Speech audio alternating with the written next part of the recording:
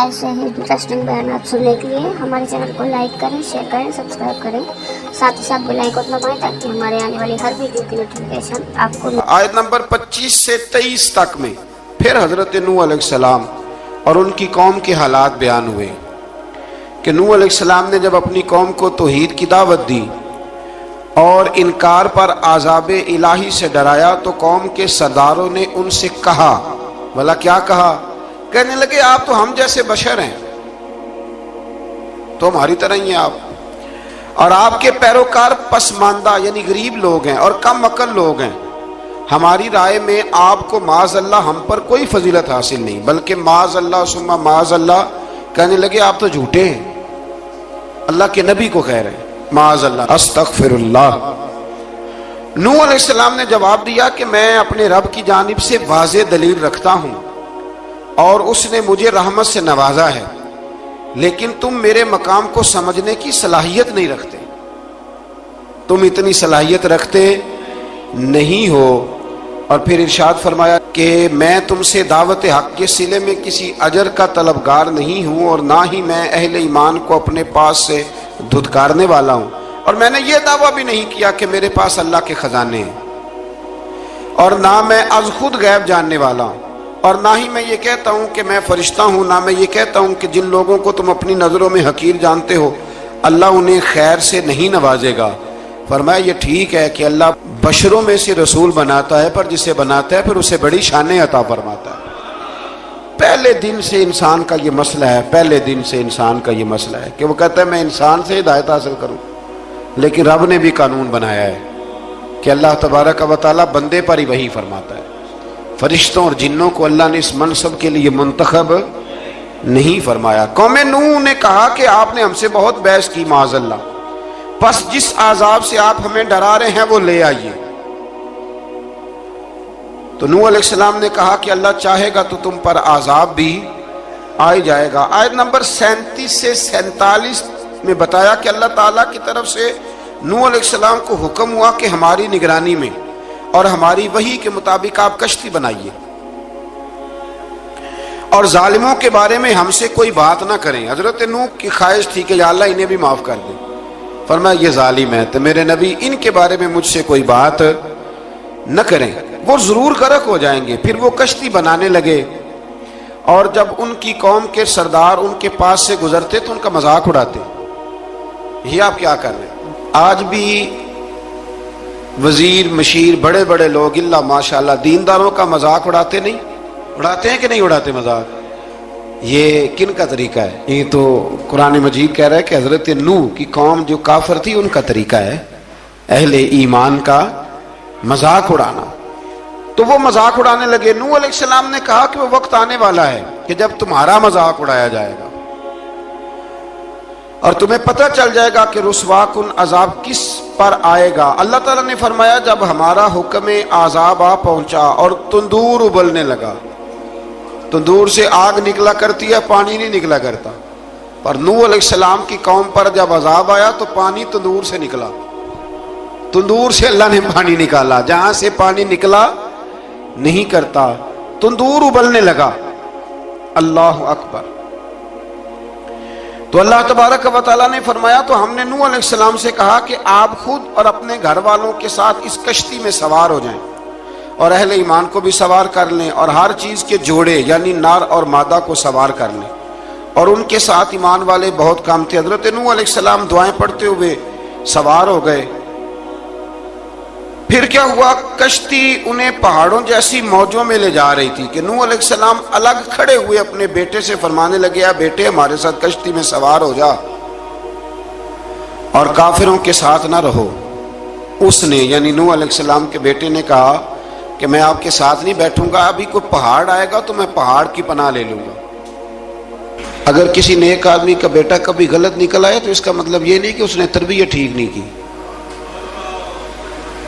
ہاں یہ اعتراض چھوڑ دیں، اس لیے کہ نوح علیہ السلام کا بیٹا کافر ہو گیا، اور جب سیلاب نظر آیا تو اس سے کہا کہ آجا سوار ہو جا، تو کہنے لگا میں نہیں بیٹھوں گا، میں تو کسی پہاڑ کی پناہ لے لوں گا اور میں اس کے اندر چھپ جاؤں گا اور وہ پہاڑ مجھے پانی سے بچا لے گا، نوح علیہ السلام نے کہا آج اللہ کے حکم کے سوا کوئی بچانے والا نہیں ہے سوائے اس کے جس پر اللہ رحم فرمائے۔ پھر ان دونوں کے درمیان موج حائل ہو گئی، ایسے ایک موج اٹھی اور حضرت نوح کا بیٹا ڈوب گیا۔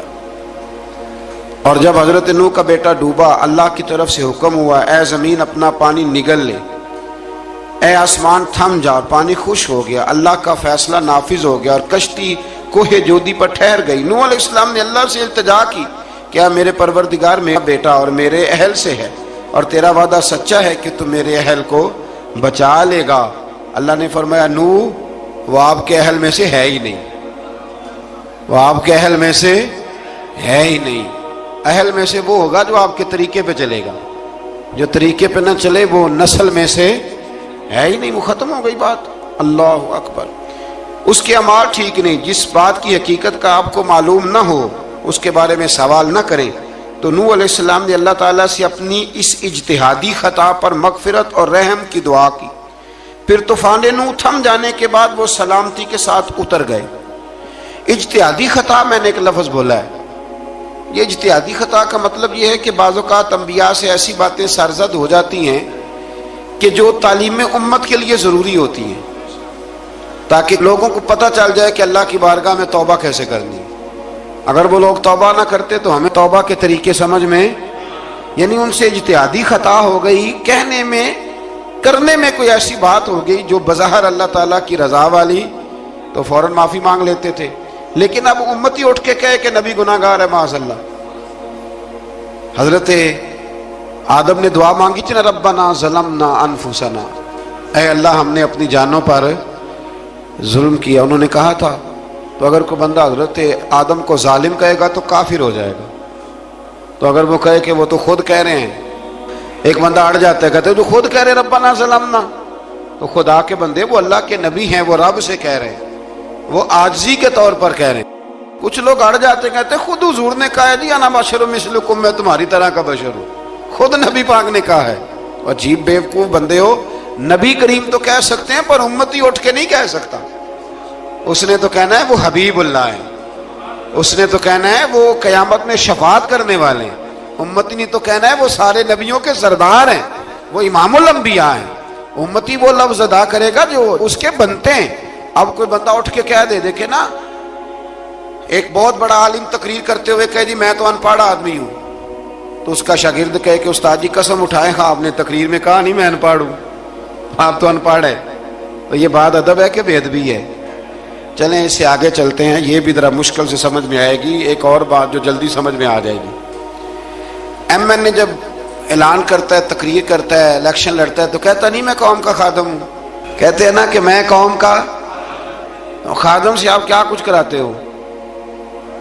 سارے کام کراتے ہیں نا۔ خادم کو بندہ یہ بھی کہہ لیتا ہے کہ جھاڑو دے دے گلی میں، کہتے ہو کہ نہیں کہتے؟ تو اس نے بھی تو سپیکر میں کہا میں خادم ہوں، کہو اس سے کہ جھاڑو دے گلی میں آ کے، پھر پتہ کیا حال ہوگا؟ جھاڑو تو نہیں آئے گا اور ہو سکتا ہے کچھ ہے آ جائے۔ تو اس لیے اب کوئی بندہ کہ جی انہوں نے خود کہا ہے، تو ایک کچھ پوری جماعت ہے لوگوں کی جو بات کو سمجھتی نہیں، کہتے ہیں خود کہا ہے میں بشر ہوں، انہوں نے خود کہا ہے میں غیب نہیں جانتا، انہوں نے خود کہا ہے میرے پاس خزانہ کوئی نہیں، انہوں نے خود کہا ہے میرے پاس کوئی شے نہیں۔ تو اس لیے آپ سمجھیں کسی کے لفظوں پر اگر آپ گرا لگا کے بیٹھیں گے تو پھر اس سے بے ادبی ہوگی۔ تو نوح علیہ السلام نے اللہ سے اپنی اجتہادی خطا کی معافی مانگی۔ اب حضرت نوح کو کوئی خطا کار کہے گا تو بہت بڑا مجرم بن جائے گا، اس لیے کہ وہ اللہ کے نبی ہیں۔ آیت نمبر 50 میں قوم عاد کا ذکر ہے اور ان کی طرف دعوت توحید دینے کے لیے اللہ تعالیٰ نے حضرت ہود علیہ السلام کو بھیجا۔ ہود علیہ السلام نے قوم سے کہا کہ میں تم سے کسی چیز کا اجر طلب نہیں کروں گا، میرا اجر میرے اللہ کی بارگاہ میں ہے، پس تم اپنے رب سے بخشش مانگو، پھر اس کی بارگاہ میں توبہ کرو، اللہ تعالیٰ تم پر موسلا دار بارش برسائے گا اور تمہاری قوت میں اضافہ فرمائے گا۔ قوم عاد نے دعوت حق کو رد کیا اور ایمان نہ لائے، بلکہ ہود علیہ السلام پر طنز کیا۔ وہ کہنے لگے کہ ہمارے تو معبودوں نے، ہمارے بتوں نے معاذ اللہ آپ کو پاگل بنا دیا ہے، آپ کو مجنون بنا دیا ہے، الٹا حضرت ہود کو کہنے لگے اس لیے آپ ایسی باتیں کرتے ہیں۔ ہود علیہ السلام نے کہا میں اللہ کو گواہ بناتا ہوں اور تم بھی گواہ رہنا کہ میں تمہارے شرک سے بری ہوں اور میں اللہ پر توکل کرتا ہوں اور میں نے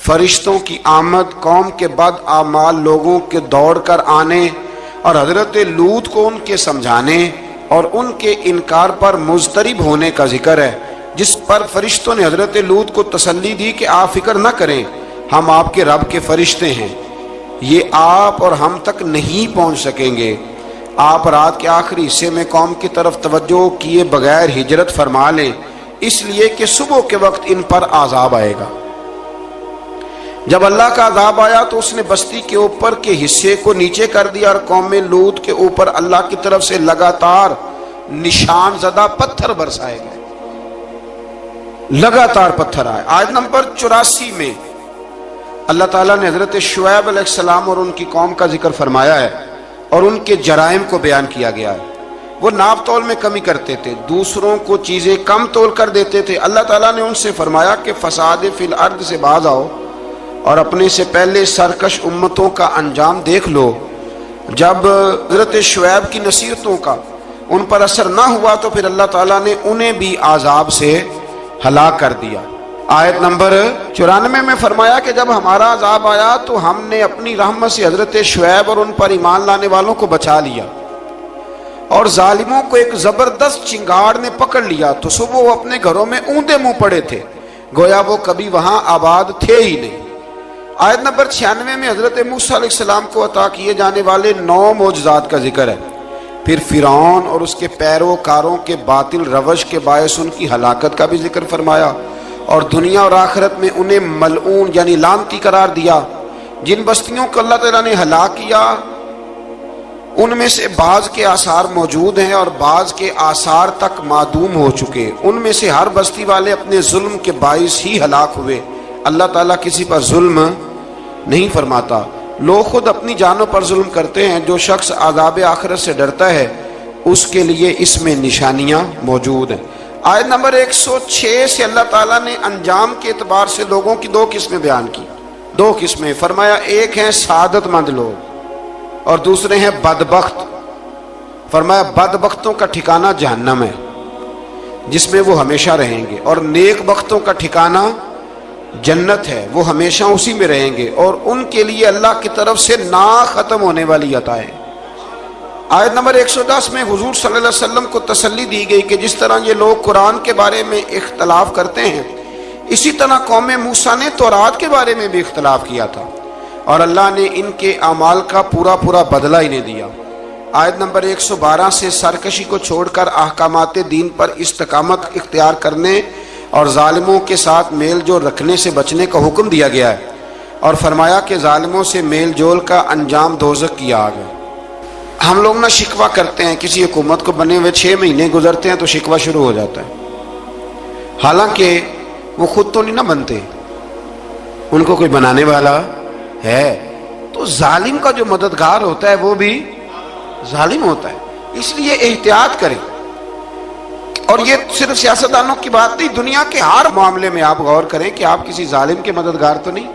اللہ تعالی ہمیں حق پر استقامت عطا فرمائے۔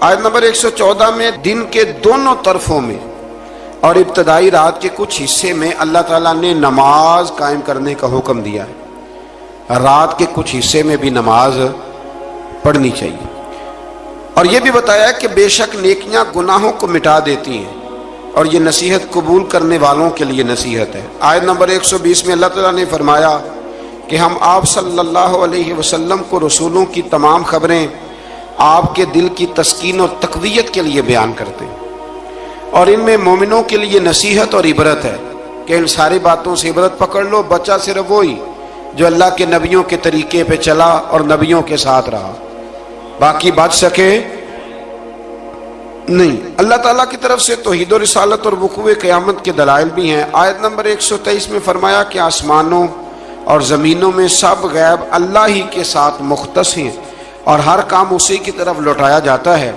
آپ اسی کی عبادت کیجئے، اسی پر توکل کیجئے، اور آپ کا رب لوگوں کے اعمال سے غافل نہیں ہے۔ اسی پارے میں نا آگے سورۃ یوسف شروع ہو رہی ہے۔ اس کو اللہ تعالیٰ نے کہا ہے کہ یہ بڑا پیارا قصہ ہے، احسن القصص کا، قصوں میں سونا قصہ۔